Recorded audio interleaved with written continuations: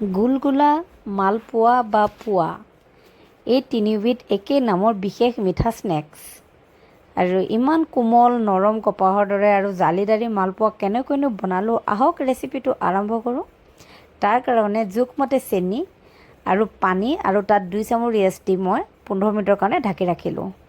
যিহেতু প্ৰথমেই ঢাকি ৰাখিছিলোঁ, গতিকে কিনো ব্যৱহাৰ কৰিলোঁ আপোনালোকক প্ৰথমেই দেখাই লৈছোঁ। আৰু এয়া 15 মিনিটৰ পিছত এয়া চাওকচোন, ড্ৰাই ৰেষ্টখিনি ধুনীয়াকৈ ফুলি গ'ল। আৰু এইখিনি মেইন ইনগ্ৰিডিয়েণ্ট হয় মালপোৱা বনাবলৈ। এয়া চাওক। আৰু তাৰ কাৰণে মই প্ৰথমে এটা বাউল ল'ম আৰু বাউলটোত মই দিম আটা। আটাৰ জেগাত ময়দাও ব্যৱহাৰ কৰিব পাৰি, কিন্তু আটাটো মই বেছি প্ৰিফাৰ কৰোঁ। এয়া 2 বাতি আটা দি ল'লোঁ। এতিয়া তাত দিম চফ আৰু ইলাইচি দানা। ইলাইচিটোৰ ভিতৰত থকা দানাখিনি উলিয়াই ল'লোঁ আৰু চফ আৰু ইলাইচি দানা দিলে খাবলৈ যে বেছিয়ে সোৱাদ হয়। আৰু এয়া মই অলপ সৰহকৈ দি দিছোঁ। আৰু ইয়াত দিম এতিয়া মই আধা চামুচ মিঠা চ'দা। মিঠা চ'দাৰ জেগাত বেকিং চ'দা দিলোঁ, কথা নাই। আৰু যদি চ'দাও নাই, তেনেহ'লে তাৰ জেগাত 2 বা 3 চামুচ দৈ ব্যৱহাৰ কৰিব পাৰি। আৰু গোটেইখিনি মই মিলাই ল'লোঁ। এতিয়া ড্ৰাই ৰেষ্টৰ যিখিনি পানী, সেই গোটেইখিনি মই আটাখিনিত ঢালি দিম।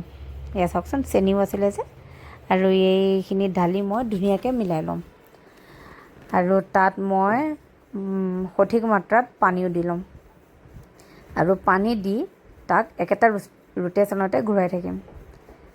একেটা ৰোটেশ্যন ঘূৰাই থাকিলে যেতিয়া বাবলবিলাক হৈ নহয়, এয়া চাওকচোন কি ধুনীয়াকৈ মিলি গৈছে গোটেইখিনি। এয়া চাওকচোন, বেটাৰটো না বেছি ডাঠ না বেছি পাতলা, এইটো জোখমতেই বনাব লাগিব। আৰু 15 মিনিটৰ কাৰণে ৰেষ্টত দিম। এয়া 15 মিনিট হৈ গ'ল। আৰু চাওকচোন কি ধুনীয়া মানে অলপ ফুলি আহিলে। আৰু এই ফুলি আহিলেই গম পাব যে বেটাৰটো আপোনালোকৰ ঠিকমতে হৈছে। আৰু কেৰাহীত তেল গৰম হোৱাত তাত মই এচামুচ কৰি বেটাৰটো দি ল'ম। আৰু তেলখিনি একেবাৰে উতলি অহা গৰম হ'ব নালাগে, অলপ গৰম হ'লেই হ'ল। আৰু হাতা নলগোৱাকৈ এয়া চাওকচোন কেনেদৰে বলটোৰ দৰে ফুলি ফুলি তেলত উপঙি আহিছে। এই মালপোৱাটো বনালে যেতিয়া ফুলি আহিব, তেতিয়া নিজেই তেলত উপঙি আহিব। আৰু উপঙি অহাৰ পিছতহে ইলুটি শিলুটি কৰি আপুনি লৰাই দিব। প্ৰথমে লৰাই দিলে ফাটি যোৱাৰ চান্স থাকে। এয়া বলটোৰ দৰে ইলুটি শিলুটি কৰি এতিয়া ভালদৰে মই ব্ৰাউন হোৱালৈকে ভাজি থাকিম। কম তেলত ভাজিলেহে ভিতৰলৈকে সিজি যাব। আৰু তেলটো প্ৰথমেই বেছি গৰম হ'ব নালাগে, মিডিয়াম গৰম কৰি পেলাই আৰামছে ভাজি থাকিলেই হ'ল। এয়া ফাইনেল চাওকচোন, ব্ৰাউন কালাৰ ইমান ধুনীয়াকৈ হৈছে।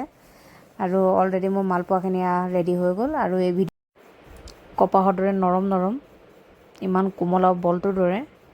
এই মালপোৱাৰ ৰেচিপিটো এবাৰ হ'লেও ঘৰত নিশ্চয় ট্ৰাই কৰিব। সকলোৱে খাই ভাল পাব। আৰু চফ আৰু ইলাইচি দানা দিবলৈ নাপাহৰিব। আৰু যদি ভিডিঅ'টো ভাল লাগে তেন্তে লাইক এটা কৰি দিব, শ্বেয়াৰ কৰিব ৰেচিপিটো, আৰু সকলোৱে ঘৰত বনাব। আৰু থেংক ইউ ফৰ ৱাটছিং, ফ'ল' কৰিব।